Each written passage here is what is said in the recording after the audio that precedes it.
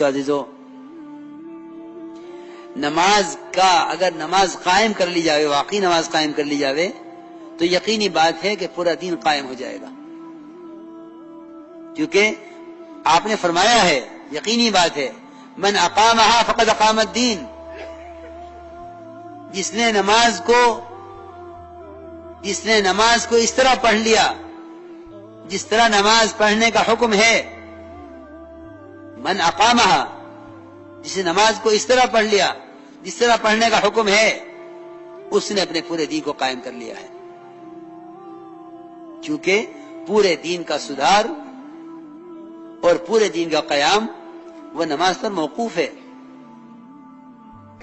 میرے دوستو عزیزو،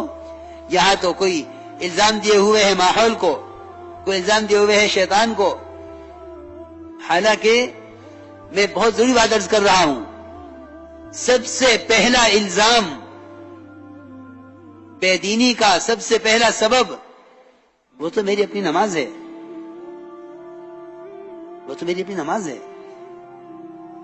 تو یہ باہر دیکھنے کی ضرورت ہی نہیں ہے۔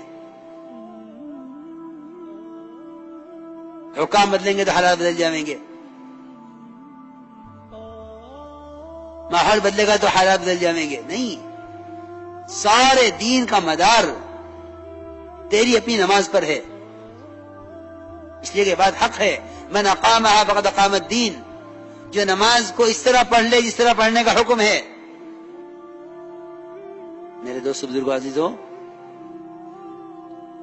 اگر خدا کی قسم نماز کی طرح پڑھ لی جاوے تو دین کے کسی شعبے کا کوئی حکم ٹوٹ نہیں سکتا،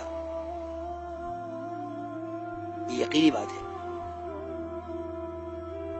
میں بات کر رہا ہوں نماز پڑھنے والوں کی، نماز چھوڑنے والوں کا تو کوئی ذکر ہی نہیں ہے، کیونکہ نماز کا چھوڑنا تو یقیناً کفر ہے، بعض کے نزدیک واجب القتل ہے اور بعض کے نزدیک واجب القید ہے کہ اس کو قید کر دیا جائے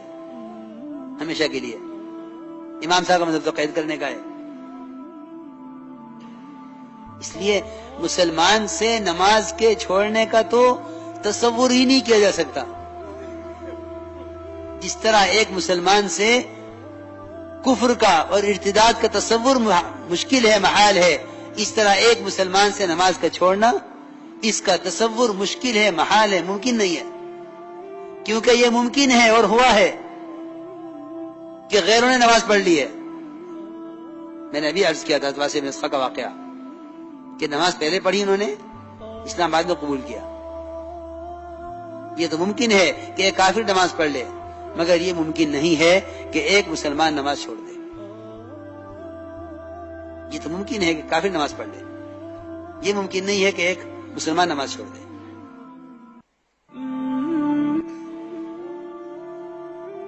تو میں تو عرض کر رہا ہوں نماز پڑھنے والوں کی بات ہو رہی ہے کہ نماز پڑھنے والوں کی بے دینی کا کیا سبب ہے، کہ نماز پڑھنے والوں کی بے دینی کا سبب ان کی نماز کی خرابیاں ہیں۔ کبھی نہیں غور کیا اس پر، کبھی غور نہیں کیا اس پر۔ میں جو عرض کر رہا تھا شروع سے کہ دعوت اور عبادت کا جمع کرنا اصل ہے، جمع کرنا یہ نہیں ہے کہ نماز پڑھ لی